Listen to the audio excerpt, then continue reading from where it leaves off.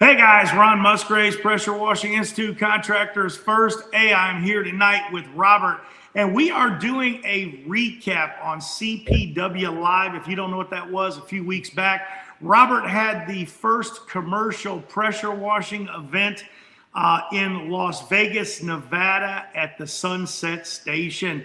And he's scheduled again to have it again in 2027. Robert, tell us how the event went, and then we're going to cut to Barry and John and Luke that have joined us here tonight. Yeah, I mean, man, it was amazing to see it all come together. There was a lot of work, a lot of stress. Of course, there were some hiccups. Hopefully people didn't really realize it, but you know, there was some AV issues, which I know you guys definitely knew about that. A couple little bumps, but to be honest with you, for the first one, I think it went really smoothly. It was really amazing. Some of the feedback that I've gotten have just been outstanding. A lot of people, you know, it was a small intimate room. There's about 85 people in there, and it was amazing, man. The amount Robert, of give me the three amazing points that you thought of. I'll tell you one that I thought was amazing, because I'll tell you what I heard, and these guys will probably concur this one, so I hope I didn't take the one amazing thing they thought the event was. The property manager or the customer panel, everybody said was fabulous, and it was one of the they've never, most of the guys I talked to said that they hadn't attended an event that had anything that even resembled anything like that. So Yeah. give me two more things that you thought were great, and just give me one thing that you think, I want to see how coachable you are. One thing that you think you thought could have been better about the event. Because I mean, after the fact, you sit around, you kind of reflect and you realize, I wish I would have done that differently. You know? Yeah, a couple things. So as far as things that were phenomenal, number two, I think, is the networking that happened, to be honest with you. I know that there's always networking events or networking that happens at the events, but the thing that we were able to do is keep everybody in one room with all of the food. The bathroom was right next to the room.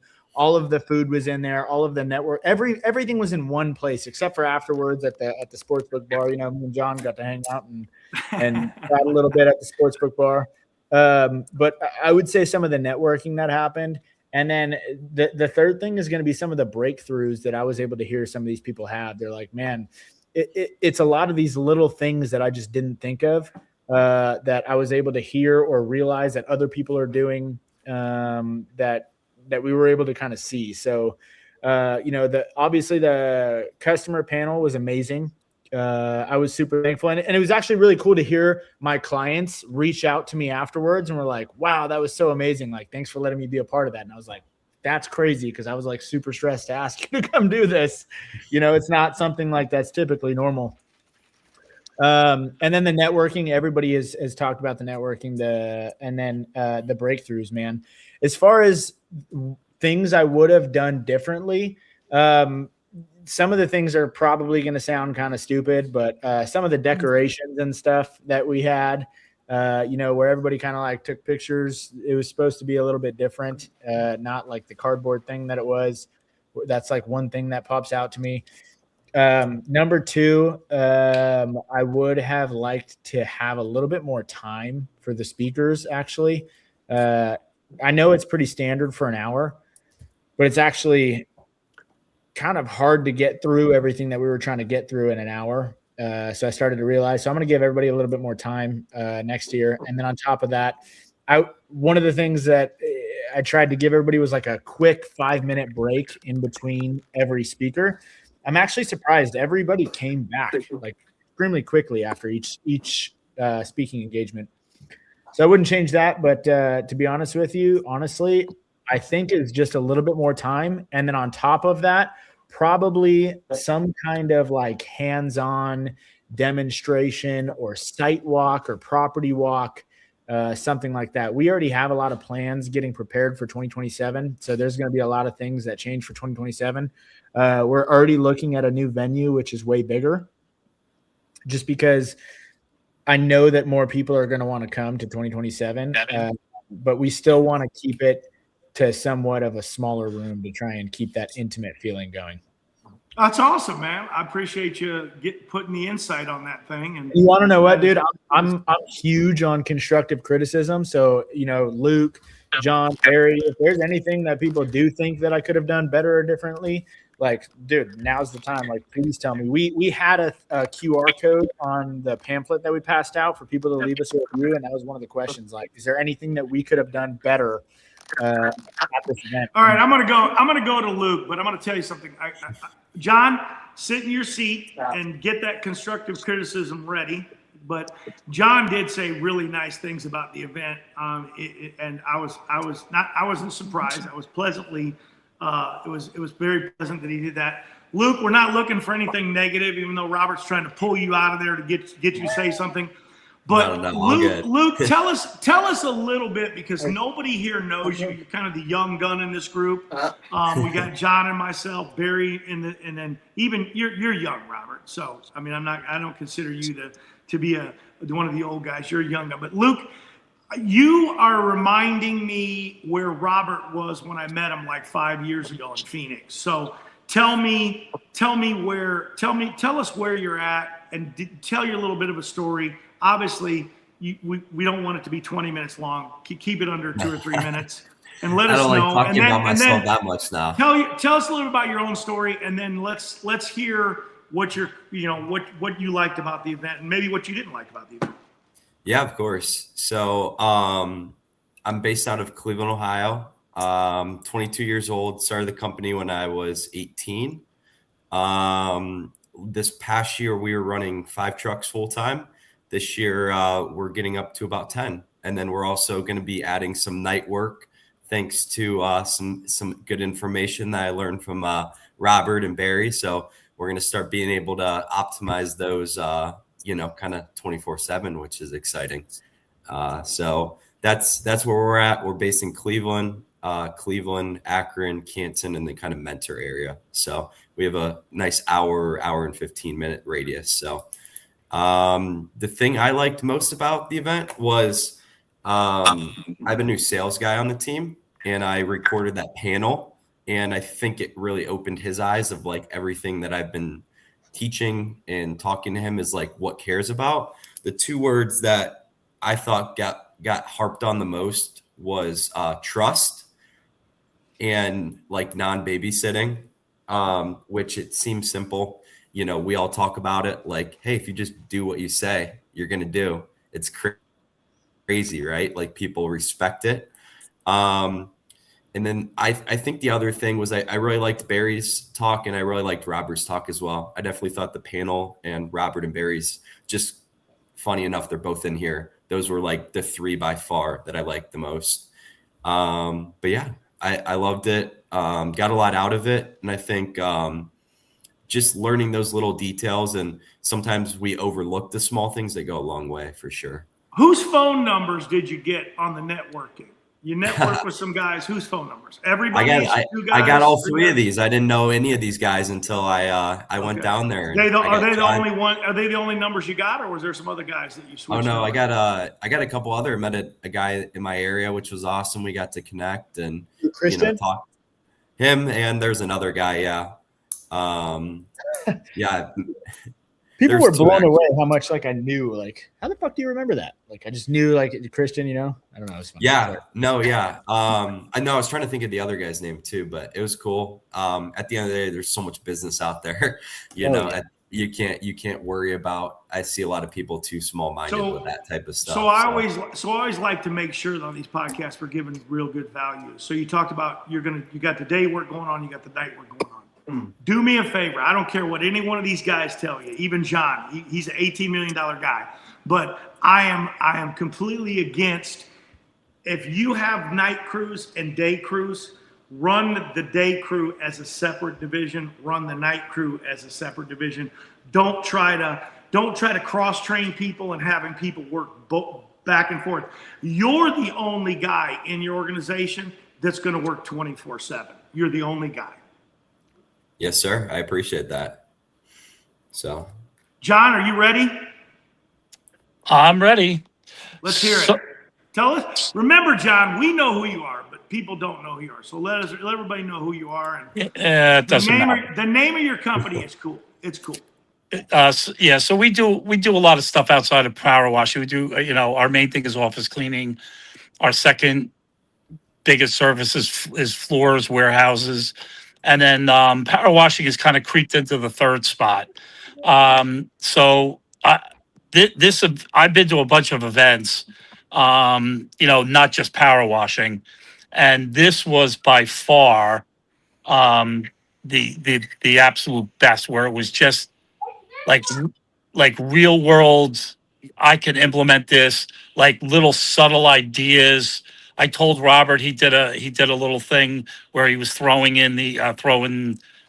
If I throw it in the bucket, you'll give us a call. Well, we're actually shooting that tomorrow. So I told you I was going to steal it, Robert. That's good. But we've already implemented because I went to Myrtle Beach last week, and before I left, I only had one day. We've already implemented AI into our LinkedIn, and then we're trying to figure out. I don't do it. One of the kids does it. We're trying to figure out the getting AI into our marketing, but the stuff the little things that I learned out there were just great. Mixing in and actually putting a face to the names that I've seen. Barry, super good, super cool guy. Nick Staten, great guy. I actually learned something from him. I learned some stuff from Barry, from Robert. Didn't learn anything from Dan Plata, um, but Are because you busting Dan's balls? Is that what you're trying no, to do? I love Dan, and I'll tell you, he was basically giving, like, I picked up a couple little things, but he was giving you the blueprint to get to 1 million, and he was going through the levels, and I'm like, fuck, that's exactly what happened to me. That's exactly what happened to me. And it was really cool. He's very smart. And I thought Dakota was really good. I have stuff written down for Dakota, and I haven't even looked at it at this point. I have a lot of notes. For me, I tend to jump into 30 different things and never finish them. Well, we're going to go one at a time and finish it and implement it and get it done. But it was just so cool to sit around and talk to all the contractors, guys whose names I see. The young guns, and there were a bunch there. Luke being included in that group were just so impressive how young they are and how well they're doing, and it was really, really cool. But I picked up so many little things, and I always say, if you go to any of these events and you can apply one thing, then it was without question worth it. Well, I've got a whole bunch of things that I'm really excited. I actually, when I got back, I went into work on Sunday and started making my lists and trying to do timelines and when I want to try and get it done. But the one thing with the management people, the management company people that were there, they basically said, don't just cold call and stop in. Well, we do that a lot. And I'm like, oh boy, I guess we need to redo that. But yeah, there was just so many little things, and that I picked up, and I'm just when you get back from these things, you kind of get like reinvigorated. You get all excited, and I'm 65 and I'm crazy excited right now. There just doesn't seem to be enough time in the day, but it was great meeting everybody. I enjoy that part. Robert, Barry, Nick, Luke, Christian. There was a whole bunch of guys that I talked to, and just a lot of really some crazy good information. So John, don't cold call them. No, they said no. They they're What if here's another little nugget. What if you had a reason to go in and see them? Yeah, What they if didn't. what if you were filling this post-it holder with your name on it very subtly, and you had a reason, and they knew you were coming by once a month? Would that be different? I from what I gathered from them, they're really busy. And one of the questions that I asked, we started doing this, probably before Thanksgiving, is we got a bunch of Yeti tumbler 26 ounce. We got a bunch of them. We got our name engraved, our logo engraved. For the women, we got Stanleys. I guess women like Stanleys better than Yetis. So what we do They is actually like Owalas. These are the hot ones now. Oh, you're making me feel bad about myself now. Is that what No, you're doing? the Owala. Who knows about the Owalas? Anyone of you I guys? have no idea. No idea.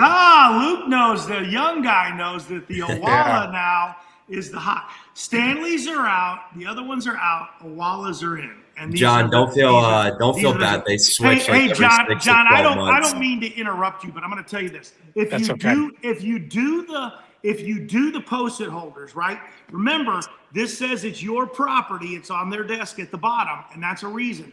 But let's say if you don't want to bother them, right? You give this to the gatekeeper. It's got her name on it. It's already got her name on it with a sticker. And you put your special message right here, Right. directly to her. And the gatekeeper, at least there's an accountability, and it goes on their desk, and they're very busy. So that it gets accountability that you actually walk through the door. Don't bother them. You're right. You can just leave a little message, period. Just remember this, though. The branding of getting your name in front of them, that has to happen, especially when you just first start dating them. Yeah, no, I get it. And that's Did you have your ears open there, Luke? Okay. Yeah, that's why one of the, we kind of went big with the Yetis. They're not cheap, but the Yetis and the Stanleys won't get thrown out. And we're hoping it stays on their desk. And every day they're looking at our name and logo.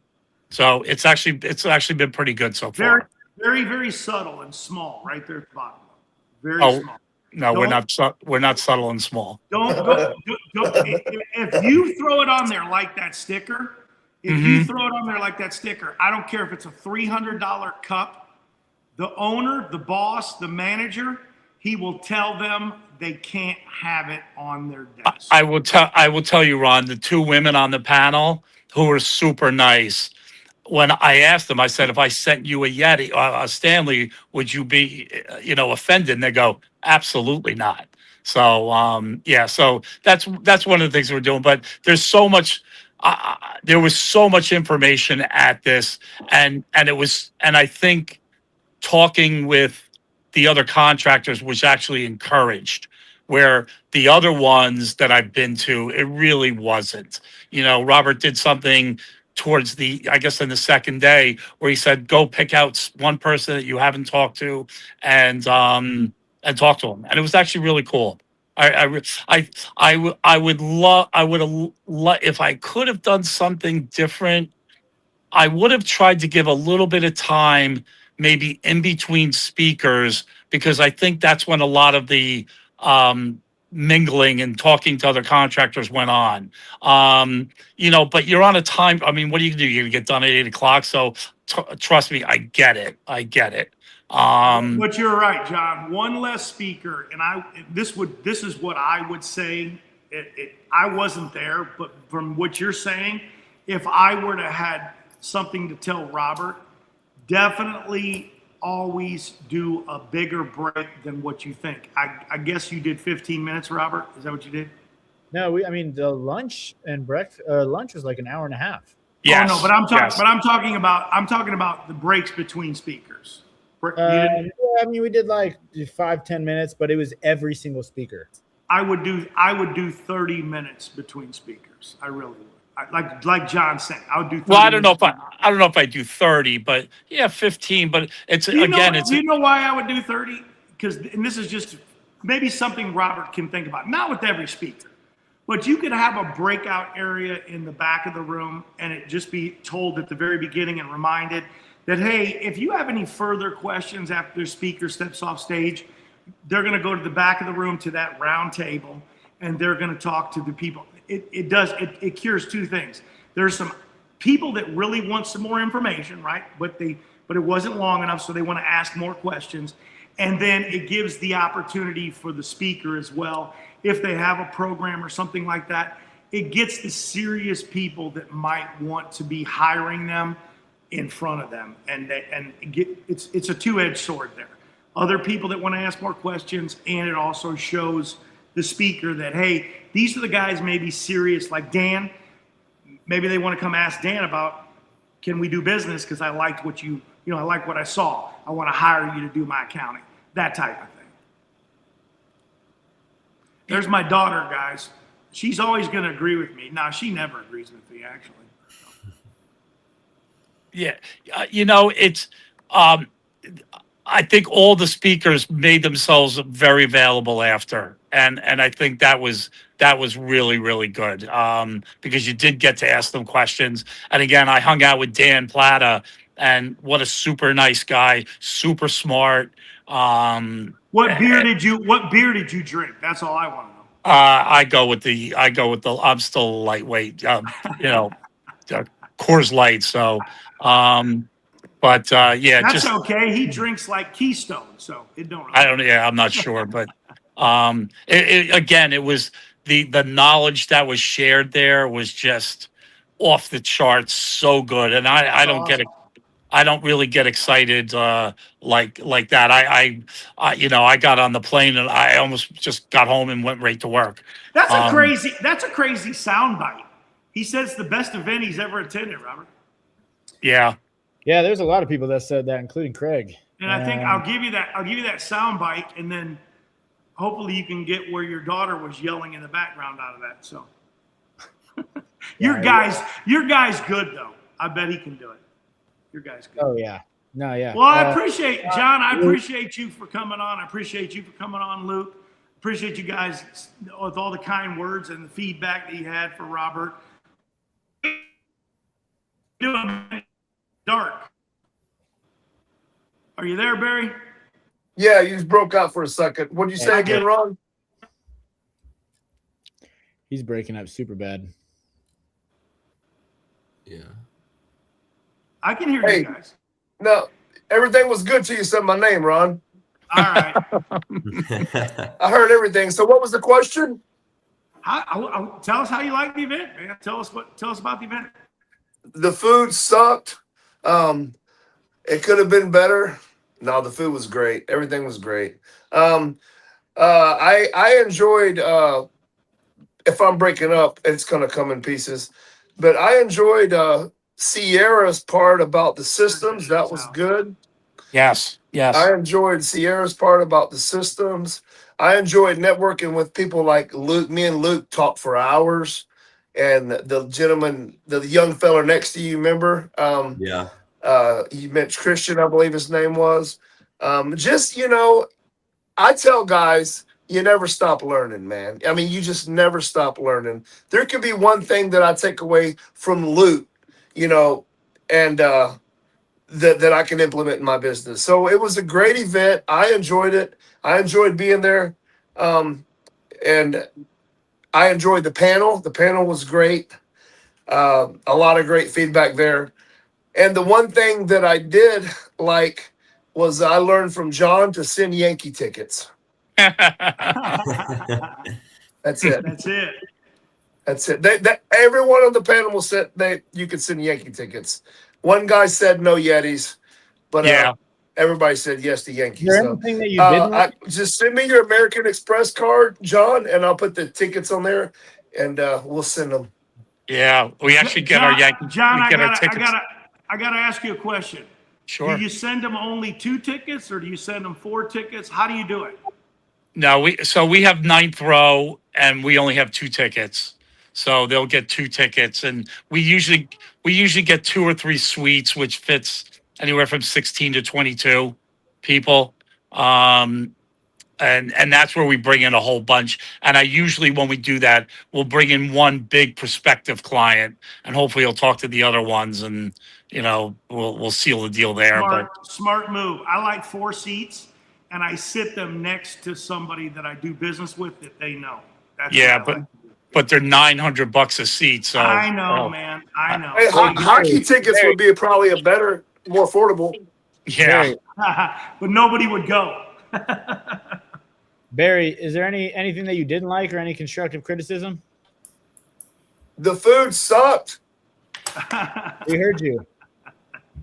I'm just joking. I'm just joking. No, everything was the only. No, I thought it was a good event. I just think that, like I said, based just a little bit more time, but actually, get rid of one speaker, seven, and that slime. Ron had a great idea, and then actually, I was actually on the same wavelength as you were saying that, Ron. I was thinking they could go to the back of the room and just kind of answer questions really quick between speakers, Anybody write your questions down, and once I'm done, I'll go to the back and I'll answer all of them to the best of my ability. And then other people can network with whoever they want to Right. network with. Right. Just to Yeah. be clear, Yeah. But we tried that and nobody listened, and nobody's going to listen at the next one, right? If you guys remember in the beginning, I said, hey, please show some respect and wait until the speaker is done to have some questions. I know you guys are going to have a bunch of questions. Write them down. As soon as the speaker is done, they'll be here to talk. Go find them. Nobody listened to that. Everybody was just asking questions in the middle of people's conversations. So, I mean, Okay. that was like one tough part too, right? Yeah, it does, because some speakers can't field questions. Well, I no, don't mind. I don't mind if people interrupt me. It doesn't bother me. It was good that people were asking questions, and like Barry did a lot of Q&A. I think I did Q&A. I know Sierra did some at the end, but it was in the middle of there were some people that were asking questions in the middle of a presentation, not waiting for them to open it up to Q&A. Does that make sense? Be a Cup fan more important. yeah, It's true. now that you say that, Robert, I remember you saying that, but I don't remember nobody doing it. Really? But I do. no, you said nobody listened. Well, nobody like there was a bunch of people asking questions in the middle of Yeah, I'm agreeing with you. yeah. Yeah. Okay, I've run a lot of events. Did you go to the speaker meeting, Barry? Did I go to a speaker meeting? Yeah, all the speakers meet the night before at a speaker dinner, and for 1 hour, and Robert tells you all these things. Did you miss that dinner? I guess I missed it. Apparently, I didn't. He didn't have it. He didn't have it. But Okay. it's something you might. It's something you might do next time. Hey, man, that's my speed on my Starlink, so it's not me. No. Anthony's saying I got the T-Move Wi-Fi.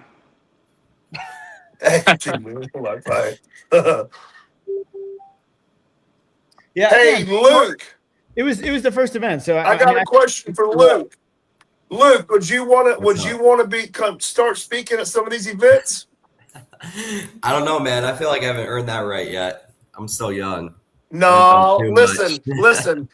Even if you started today and the second day, you got something you can teach the person that's just starting the day. I think you got to start, man. As a matter of fact, I think that here's the deal. I'm inviting you to the Chicago event. I'm going to give you 30 minutes of my time at the Chicago event. So Yeah. Sounds good. make sure you make it. Robert, are you coming? when is it? April 19th and 20th? Is that what it is? 19th and 20th. April No, 19th and 20th. I can't. I got to go speak at a college. Okay, I'll give you 2 hours then, since you can't come. Yeah, I'm excited to get over to Chicago with Anthony's event. Oh, it's I'm huge. excited. I'm bringing a couple of my guys. So It's over 500 now. It's going to be one of the biggest events, biggest training events I've ever been to. Not the What- biggest conferences, but the biggest. Is it a power washing event? Yeah, John, you don't need to come. You can sit out that one. Thank you. Hey, Luke, I want to give you a pointer. What I think would be great is if you were to come speak, if you take Ron up on his invitation. Well, I think when you were telling me how when we were talking we talked several days, both days there, how you did everything and then you had to rehire a bunch of people. Remember that when we were talking Yeah, about reset the that would be culture. something. Yeah, I think that's something really good that people would like to hear, man. I enjoyed hearing that from you, how you Yeah. had to basically crap can and start over with other people and rebuild. That's, that could probably help a lot of guys that are going to make the mistakes that you have already made, prevent them from That making and, them. and I don't think anybody understands how that's a strategy. Do you know what I Yeah. mean? It's a dead nut strategy. There are companies that are at plateaus 20 million, 50 million, 100 million. I know a buddy of mine that was stuck and he got his company to 200 million. He did that twice, Luke. He literally got rid of the key people and brought in people that had more experience to take him to that next level. So, John, you can come to the event. I'm messing with you, but if you come to the event, you got 45 minutes. Okay? Oh, I can't talk. I can talk to people in the back of the room, but that would Well, be my we'll deal. set up a mic in the back of the room, and then I'll announce you when it's time for you, and everybody can turn their seats around, and we can listen to you in the back of the room. Yeah, He does sit. Did he sit in the back of the room in Las Vegas? Did he do that? Oh, Did he sit? Oh yeah, he did. Yeah, he sat in the very Yeah. back table. In the middle. John, every in the middle time back. you're in the back of the room. You're in the back of the room. You were in the I'm back of the room in Reno too. You were in the back. Of the room. I will always be in the back of the room. I want to see everybody. I want to see what's going on. All right. Well, what a great event it was. Anthony just told me 565, so it's over 500 now. It was at, and then there you go. You can't listen to anything she says. She's my daughter, so don't. I just want to say for people that don't know me, I'm joking. The food was the best I've ever had at an event. That's awesome. Yeah.